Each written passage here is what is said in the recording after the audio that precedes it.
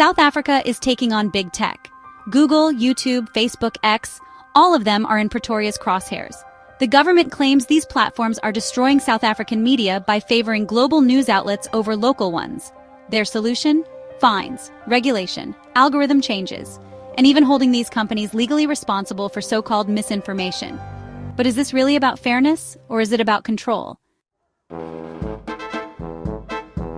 The Competition Commission says big tech companies, especially Google, are hurting South African media houses. Their argument? Google dominates search results and ad revenue. Its algorithm favors international news outlets over South African ones.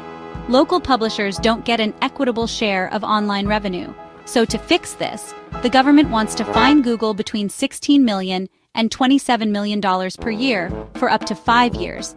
That's over 500 million rand annually. But it doesn't stop there. Pretoria also wants to force Facebook and X to change their algorithms so they drive more traffic towards South African news outlets, and they want to make these companies liable for misinformation posted online. The government claims these measures will save South African media.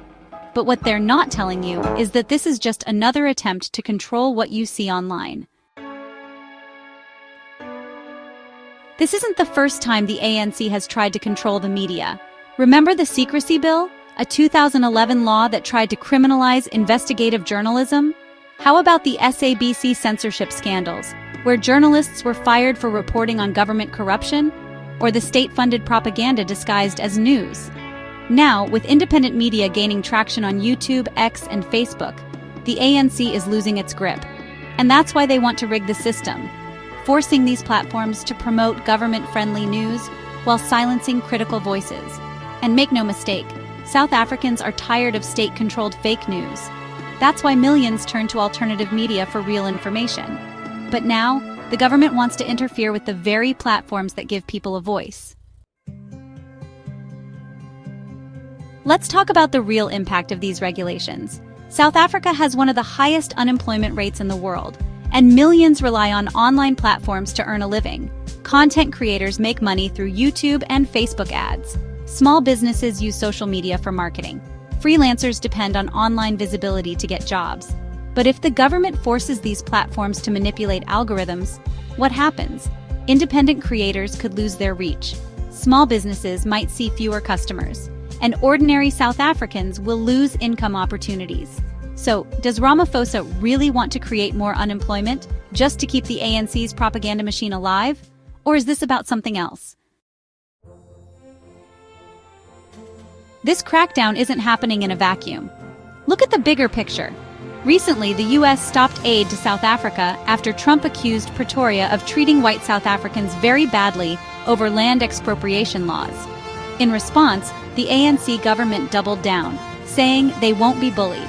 At the same time, one of Ramaphosa's ministers threatened to work with Russia and Iran on nuclear projects, sending a clear message to Washington: we have other options.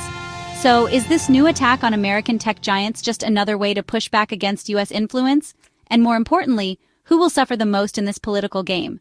Because while governments play international chess, it's ordinary South Africans who will pay the price. Here's the bottom line. 1. The ANC is losing control of the media. 2. They are desperate to regulate what you see online. And 3. They're willing to destroy digital jobs just to maintain their grip on power. So, what's the real goal here? Does the ANC want to make everyone unemployed and dependent on government grants? Because an economically weak population is easier to control. Or are they just too incompetent to understand what they're doing? Or maybe they don't care because they know they won't survive the next election. What do you think?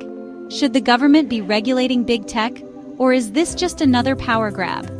Should we allow the ANC to control what we see online? Drop your thoughts in the comments, share this video, and let's expose the truth together.